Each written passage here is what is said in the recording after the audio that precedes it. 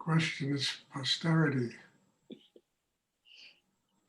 Hi, Stuart. I would like to ask, Yes, how sir. would I how would I conserve the energy I accumulate during the meditation class and not accidentally give it away or throw it away when I interact with negative people? You know, I answer this question just about every day. Question from people. Can you answer it again? The answer is, you know, I mean, you live a long distance from me. You live in Australia, for God's sake. I mean, that's huge. It's a 24-hour plane trip from here. I mean, if you live closer, I would say come to New York. And you will get, like today, I had people for a class around 1 o'clock in the afternoon. The classes are very strong. And I do hands-on work with people. I really am trying to give people training that I can't do in Zoom. You understand? I can't put my finger on your forehead. So, I mean, it will get ridiculous. So, you know, there's a lot of ways. I don't know how to overcome your situation other than to tell you, conserve the energy, come to as many classes as you can, and work on yourself to try to really develop an inner life. You know, I mean, there's a lot of energy in these classes, even on Zoom, there's a lot of energy. And if you take that energy in deep and don't just waste it, you know, it's like digesting food, you understand? I mean, the nutrients and everything go, excuse me, to build a healthy body. And at some point we get rid of, you know, the stuff we can't digest. We have to become that intelligent about the use of spiritual energy. That same organic intelligence that our bodies have. I mean, I wish you lived next door, Ofer. You know, you're a very good student, and I think a lot could happen in my developing you, but you don't. You live in Australia, for God's sake.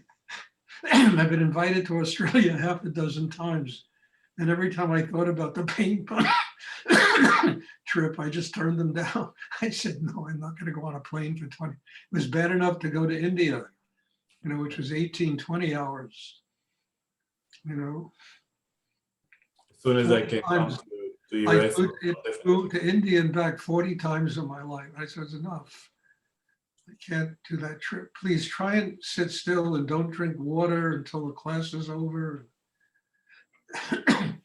Another 10 minutes. I will try to come to the US as soon as possible, whenever I can. I hope so, Ofer. But meanwhile, just do the work as you're doing it and open the way you're opening. And I'm sure the growth will be very deep inside you. I'm sure of it. Because your need for spiritual life is right on. You know, I can see it, you know, it's right on. And just continue to do the work and let it unfold. And maybe at some point, you'll make the 24-hour trip to New York. And meanwhile, we have Zoom. There's 4 classes a week in the Western Hemisphere, and take advantage of them. I mean, I don't, you know, the classes in Israel and in Europe are probably in a time zone that it's not going to work for you, you know. I think it's 3 o'clock in the morning there or something. Does anyone else have a question? Thank you, Stuart. No, thank you for wanting and doing the work you do on yourself. It's wonderful. I really appreciate it. Does anyone else have a question? I have a question, Stuart. You talk about the third chakra, and this work is in the third chakra. And when I looked at pictures of like the chakra systems, it looks like in the chakra system that's the third is above the navel, not below, and that threw me off a little bit. Can you explain that? There's nothing to explain. The hara, the foundation, is located right below the navel. Whether it's the first, fifth, seventh, eighth, or 10th chakra, I'm really not interested. I'm not a theologian, so I don't study those which chakra, but I do know the grounding in a human being is 2 fingers below the navel. That's the center that grounds us. That's the center that gives us power, that gives us strength inside ourselves. That's where the chi emanates from. And whether they design it to be above or below, I don't care. I'm not interested. Got it. They call that one the second chakra. I just wanted, just. All right, then it's the second chakra. I don't care. Just keep your attention in the area 2 fingers below the navel. Got it. Perfect. That's where the power is. And if it's the second chakra, I always thought the first chakra was the base of the spine. The second one was the sex. And the third one was right below the navel. Yeah, I'm not sure either. I saw the pictures and it definitely looked like the third was above, but I get what you're saying is the one right below the navel, which in that picture I saw was the second, just right below the navel, whichever it's categorized as. I won't argue with them. Okay, just bring your attention there. Okay, I don't care if they call it the second, third, fifth, or 10th. I'm not interested. Just bring your attention. That is where the chi is.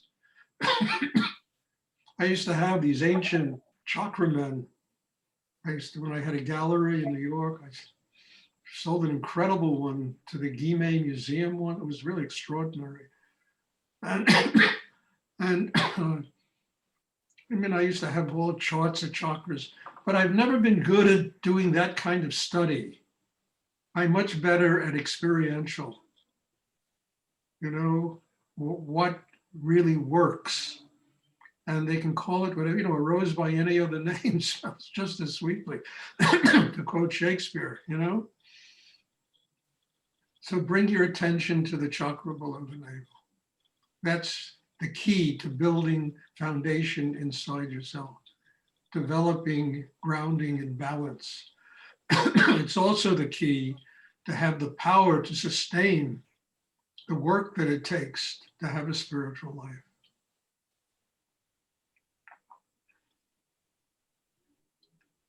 Does anyone else have a question? Thank you. I always say that, Chris knows about this. And, singers are all trained to be focused there. The great singers sing from there. Great dancers dance from there. The great athletes, when they're in that zone, that's where they are. They don't even know they're there, but that is where they are. It's that chi that creates the balance and the power in a human being. And in, Hindu, they don't even call it chi. It's just shakti, energy in that chakra.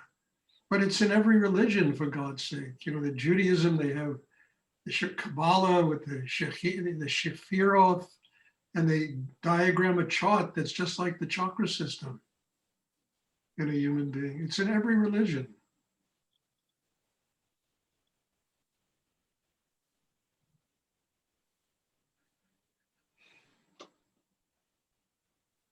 Does anyone else have a question you would like to ask? Stuart, before the lockdown, when you were still having classes in the city, I brought a friend to your meditation. And I remember you'd said she was full of light. Could you talk about that being full of light? Does that mean they're free from karma? What does that mean? Well, I don't remember who the friend is, but I probably thought she was highly gifted and could truly learn how to have a spiritual life. But sometimes really gifted people, very difficult to teach, because whatever they do, they're gifted at, and they bounce from this to that, to the other, to the other. But I don't remember who it was. But being full of light, usually when I see a person like that, it means that they have an enormous capacity to learn what I have to teach. Whether they do or not, then depends on me, and it depends on them. Do I go deep enough to nurture them? Do they have, enough need to continue and do the classes.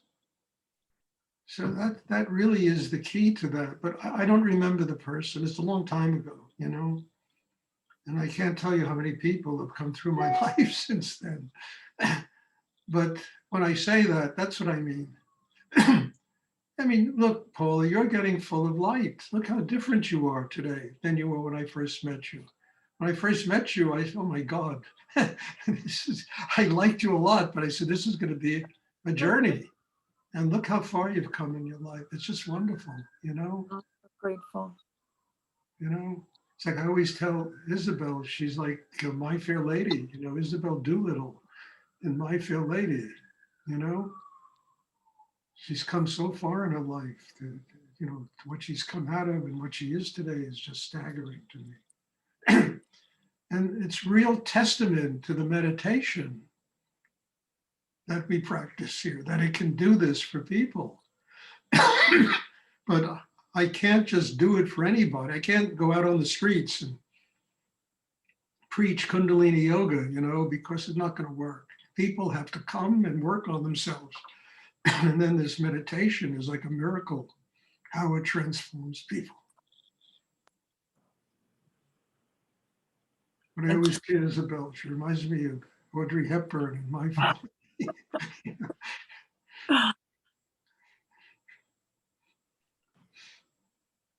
Does anyone else have a question they would like to ask?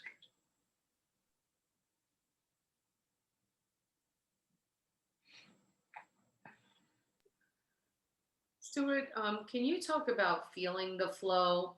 Because I've really been working with tuning in to feel so that it's, I feel it. It's not just like my mind is trying to point to something. Well, it gets back to the same answer again, Wendy. If you bring your attention and focus in what you call the second or third chakra, that'll enable the heart to open. And when the heart opens, you're going to feel the flow.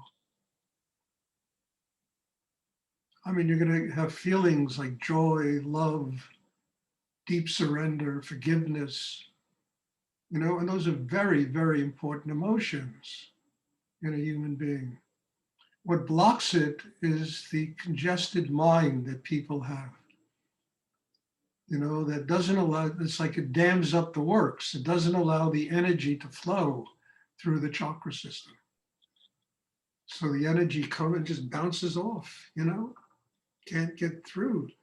But if the mind is focused in the navel chakra, all that creative energy comes. I mean, that's all the creative energy that's created all the music and art that's ever been created in the world. I mean it, the greatest of it. And if we're open to that flow, it not only builds us inside, it gives us a more creative life on the exterior.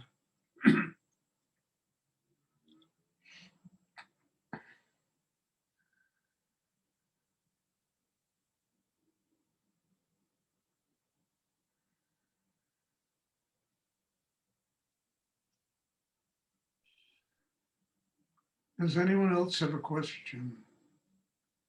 It's been a hard day for me today, God. Sprained my ankle in the gym the other day, and boy, it's been very painful today. Hoping it goes away soon. Does anyone else have a question?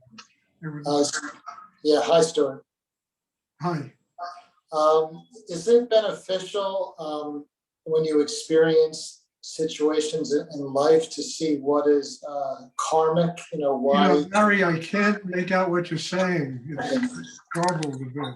Okay. Yeah. No, I was asking, is it beneficial in life to realize a situation is dealing with karma? Well, every situation is dealing with karma. Some very powerful karmas that we need to work through, like family and, relationships, close friends.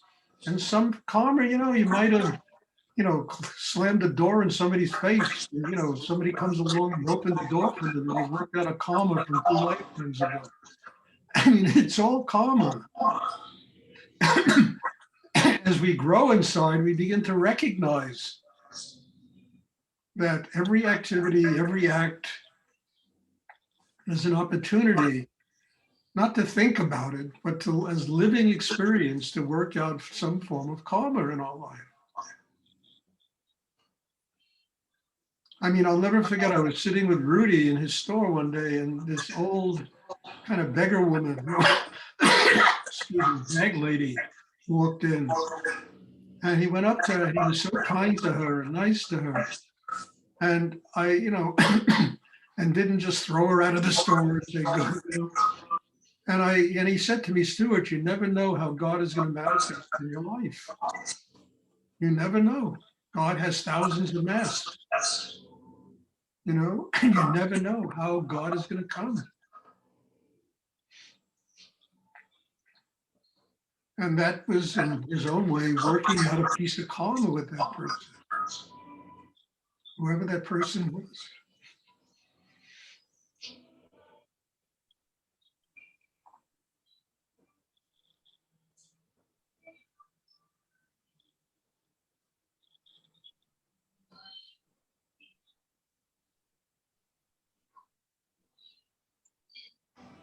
I remember in Texas when I went to visit this young girl and her mother. The girl was in a car accident and severed her spine, and she couldn't move below the neck. And I took one look at her and her mother, and I knew that I had karma in this situation to work out. And the day that I met them, I invited them, Brooke Sink can tell you, I invited them to come live in our house. And they came, and they lived there for years. And, maybe 3-4 times a week, I would do healing work with her, meditation with her. It was something, but I knew. I just walked in their house and I said, no, there's something here that's connected to me from a very ancient place, and I have to work out this karma. So I invited them to come live at the ashram, I think 3 days later they came.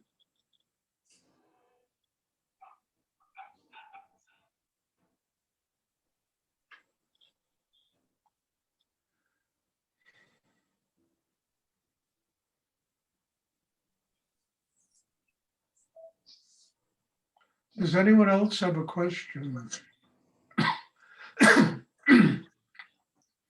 It's like that book I wrote called Leah, basically, based on something, similar that happened to me. But the moment I saw this young girl, I knew whatever it was, I had real karma with this person. And I had to do whatever I could to help her in a time of crisis.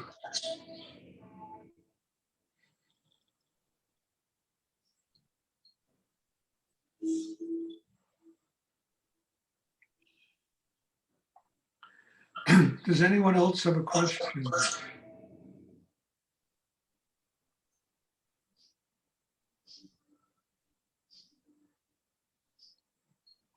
I hope this is all clear to you all, because the answers are not terribly complicated, they're very simple. And as we evolve and grow inside ourselves, it becomes obvious the things we have to do in life. There's no complication, we do them, But our consciousness has to evolve to where we can see life like that. We can see past the illusion.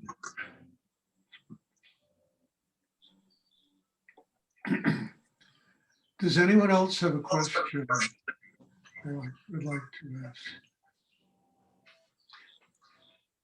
Okay, if there are no more questions. Excuse my cough. I really am very tired, and this cough becomes pretty serious when I get tired. But if there are no more questions, there will be a class Tuesday night. And I'm looking forward to seeing everybody. And again, as I always end this, God bless you all for being here, for participating in this. And it just really opens me in such a deep way to be able to do this with all of you. And I'm grateful for that. I really am. You know, so bless you and thank you. And I'm looking forward to seeing you all on Thursday. Have a wonderful evening and day tomorrow. Thank you, Stuart. Thank you, Stuart. I hope you feel better soon. Yes. Yeah, me Thank too. you, Stuart. Have a good night. Good Thank night. you, Stuart. Thank you.